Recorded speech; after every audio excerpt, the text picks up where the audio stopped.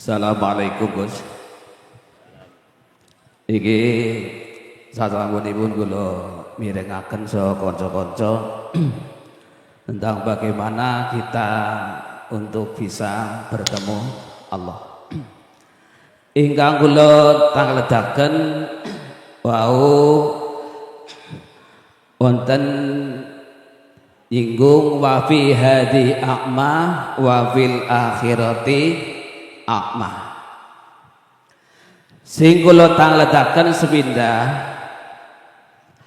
ketika di dunia itu buta, maka wa fil akhirati a'ma, maka di akhirat itu lebih buta.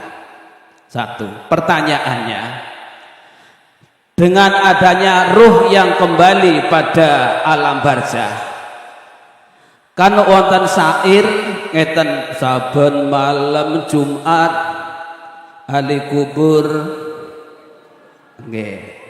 Sing kula tangledaken lah ruh yang buta di akhirat, apakah juga setiap malam Jumat bisa tilik omah?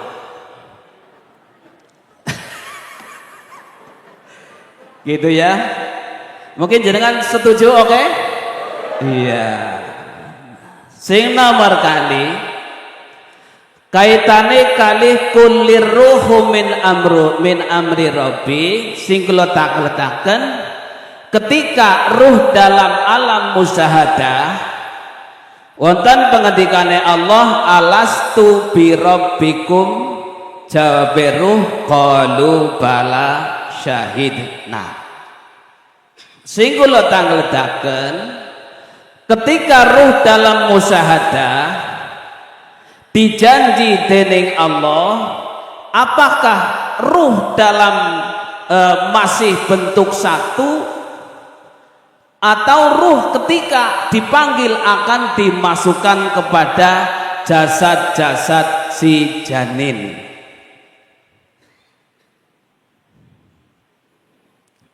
Terus sing nomor 3, niki wonten 3 malih tesi. Tenang mawon. Niki tunggal guru Gus kelas. Santrine Pak Khosin kula nderek nate ngaji kali Pak Khosin ringin aku. Sing nomor 3 wau langsung kaitane kali dzikrul sirul asrar mau nggih Gus nggih. La ilaha illa anta niku wae nggih. Lah, coba nyuwun penjelasan karena ini semua insyaallah masih pemula semua seperti saya. Di antara zikir la ilaha illallah, terus zikir la ilaha illa huwa, ya. Yang terakhir tadi sudah la ilaha illa anta. Terus untuk zikir la ilaha illallah itu kedudukannya bagaimana? Terus zikir la ilaha illallah atau zikir Allah itu kedudukannya bagaimana? So, tadi disinggung kalau zikir sirul asr sudah tidak menyebut nama, sudah tidak menyebut apa Gus tadi ya?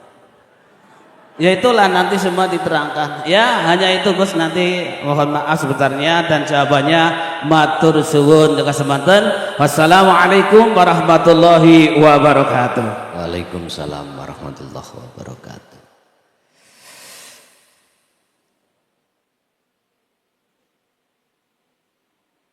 Pertanyaan, 3 pertanyaan yang sudah kami catat. Pertama, ketika saat ruh itu Allah masukkan di dalam alam musyahadah, itu ada diterangkan di dalam surah Al-Anfal, Al-A'raf, mohon maaf, 172.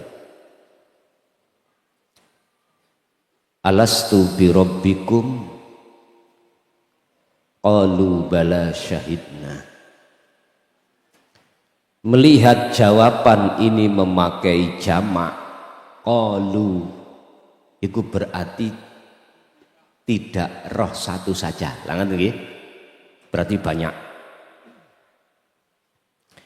Apakah di situ pertanyaannya yang kedua tadi, apakah ruh itu ma'a jasadihi au ruhun fakot, hanya ruhnya saja?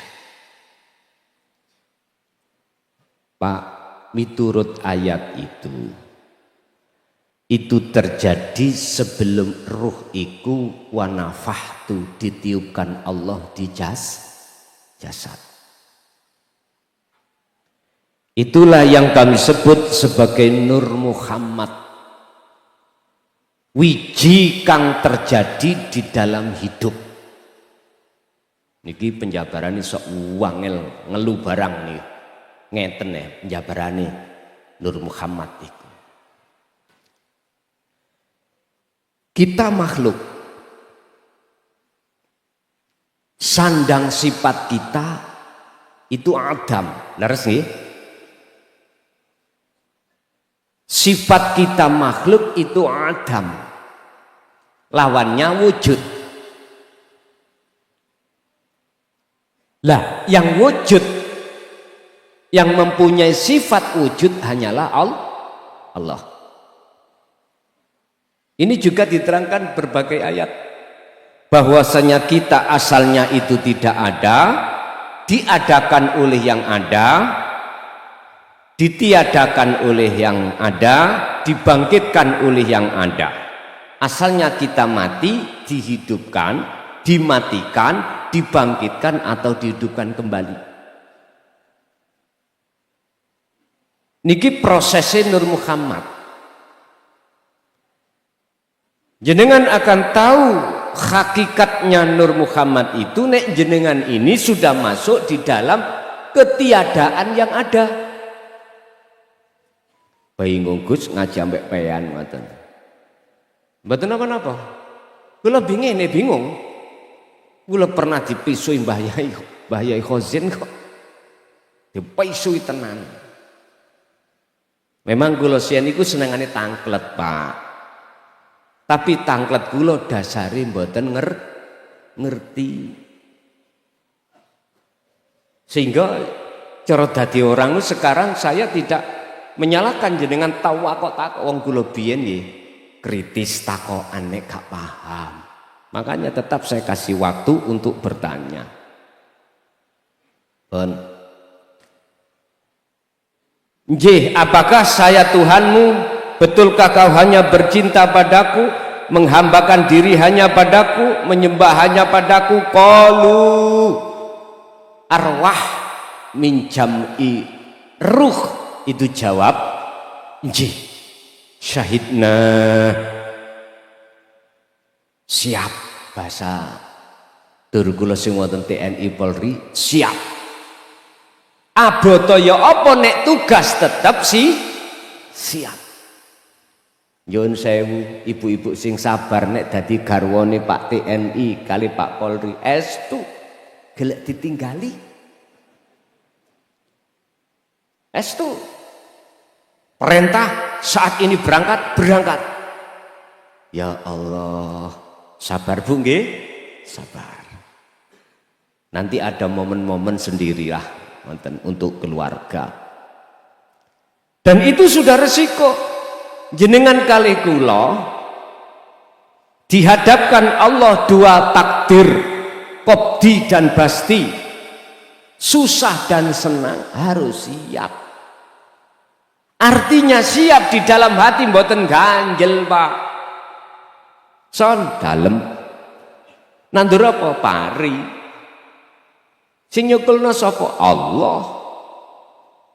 Terus sing nguwahna sapa? Berbuah Allah. Ketika sudah padi, sudah menguning, satu hari mau saya panen, malamnya habis dimakan tikus. Son, siapa yang memakan padimu? Meneng Pak. Mau jawab tikus iku salah, mau jawab Allah, mosok Allah makan Pak. Disinilah Pak ganjel apa gak ning ati. Akhirnya saya hitung-hitungan, rugi waktu, rugi tenaga, biaya, wis ning ati ganjel.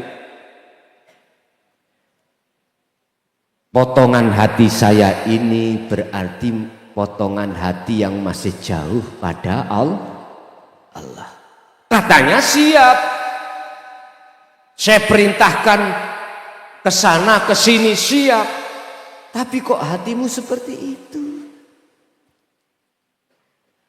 Fabi ayyi ala'i rabbikuma tukadziban. Coba sih, napas yang ku berikan dengan cuma-cuma 10 menit aja kata kasih. Gimana jenengan? Mati nggih? Oke, kalau tidak saya tarik napas itu, saya suruh untuk membayar uang, mohon maaf, rupiah berapapun, saged sampai ganti napas 10 menit? Gak bisa.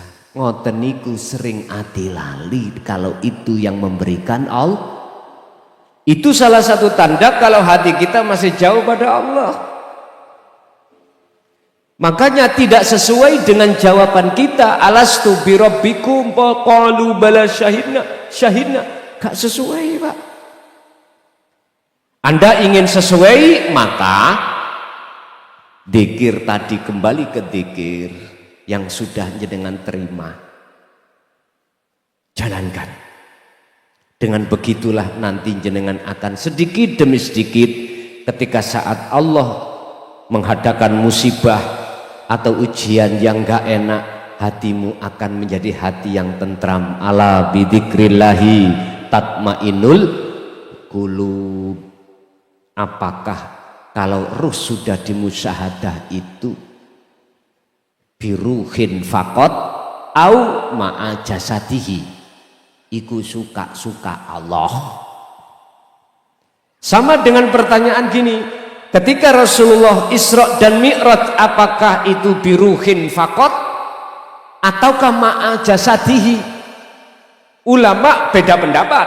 Ada yang mengatakan ma'a jasadihi, sak jasate. Ada yang biruhin faqat, hanya ruhnya saja. Tergantung jenengan derek pundi. Sing jelas Pak, dua-duanya enggak salah. Contoh, jenengan pingin meninggalkan dunia ini, naik ke pesawat, mumbul medit, nanti gambarin dunia hilang. Enggak percaya? Buktikan. Sampai nangani bandara, naik pesawat ke Jakarta atau kemana, silakan.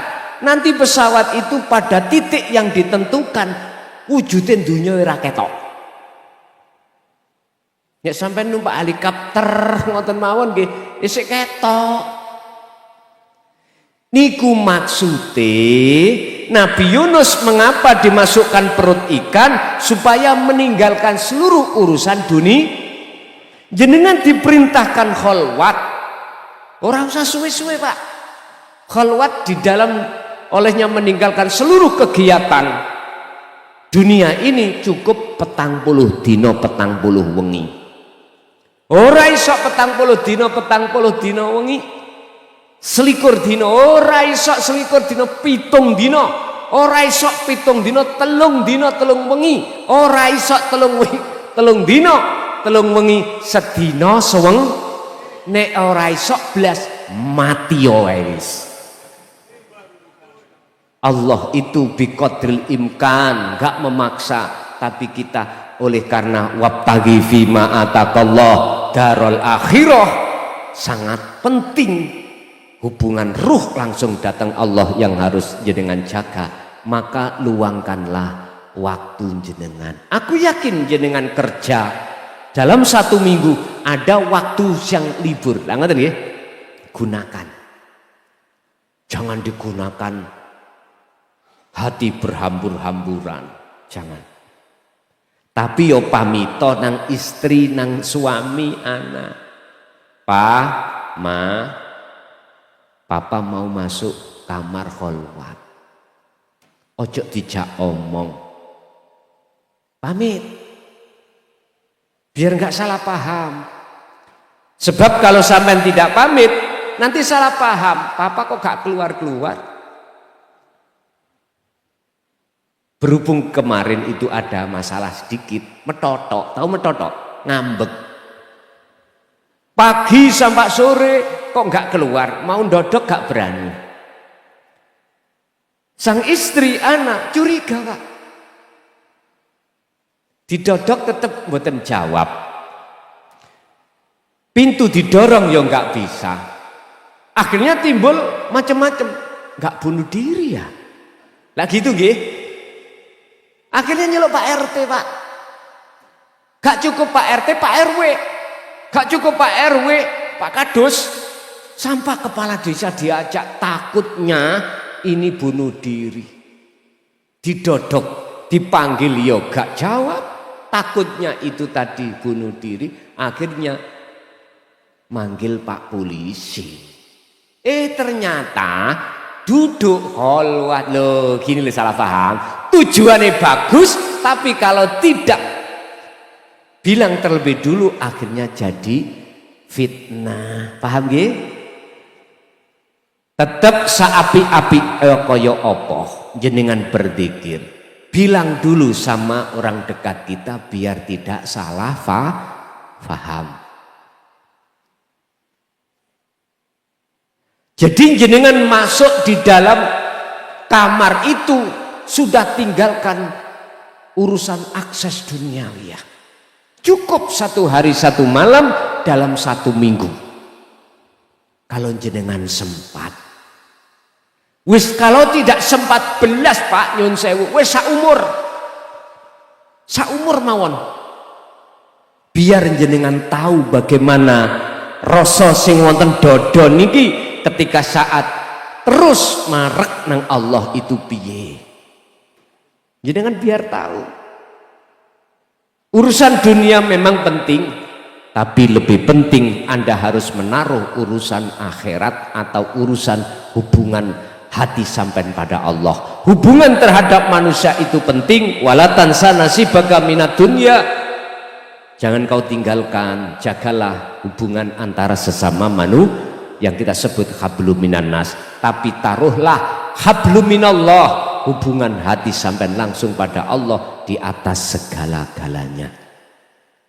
Tondo kalau sampai di musyahadah adalah la yarauna li anfusihim syai'an. Urusan sak jasate atau tidak itu urusan Allah. Sebab wong majedub itu ada 2, jadab itu ada 2. Pertama khos, kedua khawasul khawas. Khos iki jenengan berarti wangsul kundur nang Allah itu sak jasati. Akhire wong liya ngarani jenengan iki ngene. Tahu ngene? Dijak omong gak iso wong jadab. Tidak hanya hatinya Allah lalaikan terhadap dunia, akal pun juga ditarik Allah. Iki khos. Yang kedua khawasul khawas. Hati ditarik Allah urusan dunia, lalai semuanya, yang ada hanyalah Allah, tapi akal tidak. Iki khawasul khawas. Tergantung Gusti Allah nanti milih yang mana terhadap jenengan. Iku hak Allah, bukan hak kita. Hak kita cukup kita terus berzikir. Hak petani tidak harus untuk selalu mengharapkan, mohon maaf, angen-angen buah jagung yang ketika dia tanam. Jangan, Pak Tani cukup menjaga ketika saat pupuk, ketika saat banyoni. Jangan habis menanam langsung ditinggal. Diseneni Pak Prabowo sampeyanku. Sekarang ditekankanlah yang namanya pertahanan pangan. Saya sebagai kepala desa yang paling bawah pemerintahan, saya diletakkan di Umarok di situ oleh Allah. Saya mengikuti 20% anggaran didik dialokasikan terhadap hal itu. Pulih aku eling zamane Nabi Yusuf. Ketika saat di penjara dipanggil oleh raja, disuruh untuk mengartikan impen. Impennya apa? Ada sapi lemu-lemu 7 dimakan sapi kuru-kuru tuh 7. Berarti kita akan menghadapi masa 7 masa peceklik, Pak. Peceklik. Tahu peceklik nggih? Lah, sampean ingat tahun-tahun 70 itu larang sandang, larang pangan. Akhirnya apa? Biar nggak ketemu keceklik, maka seluruh negeri Mesir saat itu diperintahkan raja atas dasar perintah dari Nabi Yusuf untuk menanam gandum sebanyak-banyaknya. Istilah 1 tahun dapat 1 ton, ini harus mendapatkan 7 ton. Dengan begitu masyarakat tidak kelaparan.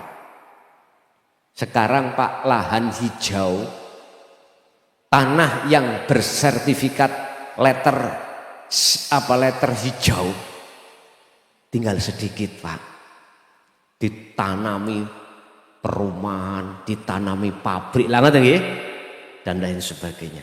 Ini ditekankan oleh pemerintah pusat untuk pertahanan pangan ini. Tergantung, tidak harus lewat pertanian. Bagaimana masyarakat ekonominya itu, persenjangannya itu saged menutupi 7 masa tadi. Endingnya itu insya Allah ada di situlah.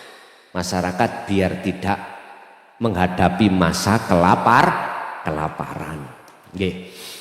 Jadi la yarawna li anfusihim syai'an, tandanya kalau jenengan ini ruh sudah ditarik Allah di maqamus syahadah atau dikatakan wusul. Kita nggak berbicara tentang masalah sak jasate apa ndak. Iku suka-suka Allah. Tandane mau ngeten. Anda di dalam hati sudah tidak memandang selain Allah itu wujud. Anda di dalam hati sudah tidak mempunyai iman, iktikad, keyakinan apa yang muncul dalam diri Anda itu dari Anda. Ndak. Yusyahiduna annal fa'ilahu wallahu ta'ala, justru dalam hati jenengan bergemuruh munculnya segala hal apa dari diri Anda atau dari orang lain itu semata-mata dari Allah. Yang ketiga, tatmainnul qulub, ati sampen iku mesti tentrem, siap walaupun takdir enak gak enak itu Allah datangkan. Pun niki tandanya seperti itu. Lalu kedudukan di dalam zikir dalam Al-Quran Allah sampun jelasake dalam surah Al-Baqarah ayat 208. Udkhulu fisilmi kafah ya ayyuhalladzina amanu dzkuru ya ayyuhalladzina amanu dkhulu fisilmi kafah. Wahai orang-orang yang beriman, masuklah kamu di dalam agama Islam kafah halih sampurno. Keadaan Islam jenengan kedah sempurna. Sempurnane Islam syariat thariqat hakikat makrifat. Kalimat tauhid la ilaha illallah niki muncul dzikir disebut dzikir jahar. La ilaha illa huwa niki muncule dzikir disebut dzikir sirri. La ilaha illa anta niki muncule dzikir disebut sirul asrar. La ilaha illa ana ini muncule dzikir disebut dzikir fanaul dzikir. Itulah maqam ma'rifat. Pertanyaannya, apakah Rasulullah dulu menyampaikan itu? Sebab kitab-kitab yang kita cari belum menemukan. Gak usah ning kitab ijma, langsung Quran surat Al-Anbiya ayat 25. Buka dan berikut. Wa ma arsalna min qablika mir rasulin illa nuhi ilaihi annahu la ilaha illa ana fa'budun. Muhammad, aku tidak akan pernah mengutus utusan sebelummu termasuk dirimu kecuali mengemban wahyu ini harus menyampaikan la ilaha illa ana. Niki Pak, antanya mana? 87. Bapak Ibu hadirin jamaah rahimakumullah. Jadi kedudukan dzikir itu ada di kalimat tauhid masing-masing. Makanya jenengan sing SD ya harus naik tingkat ke SMP, SMP SMA, SMA mahasiswa akan meraih S1, S2, S3. mestinya gitu. Tergantung kita. Mau nggak diajak, ngerespon nggak diajak untuk ke thariqah orang-orang syariat. Terserah mereka. Untuk mengenalkan tahapan-tahapan dzikir sampai puncak la ilaha illa ana iki. Kalau ndak mau, nyun sewu, kita semua akan mati mboten? Mati. Terus ruhaniah kemana kita? Dalam keadaan gelapkah atau terangkah? Kapan kita mau berpikir seperti itu? Sementara kita sisa umur ini tinggal berapa nggak ada yang tahu. Mohon maaf, kemarin pas beat Ramadan, ribuan orang di pondok saya itu ketika saat beat satu meninggal pas di situ. Dia coba no? Kita nggak tahu umur. Habis beat dzikir sirul asror langsung mati. Siapa tahu? Siapa yang bisa menjamin kalau kita besok masih hidup di dunia? Gak ada.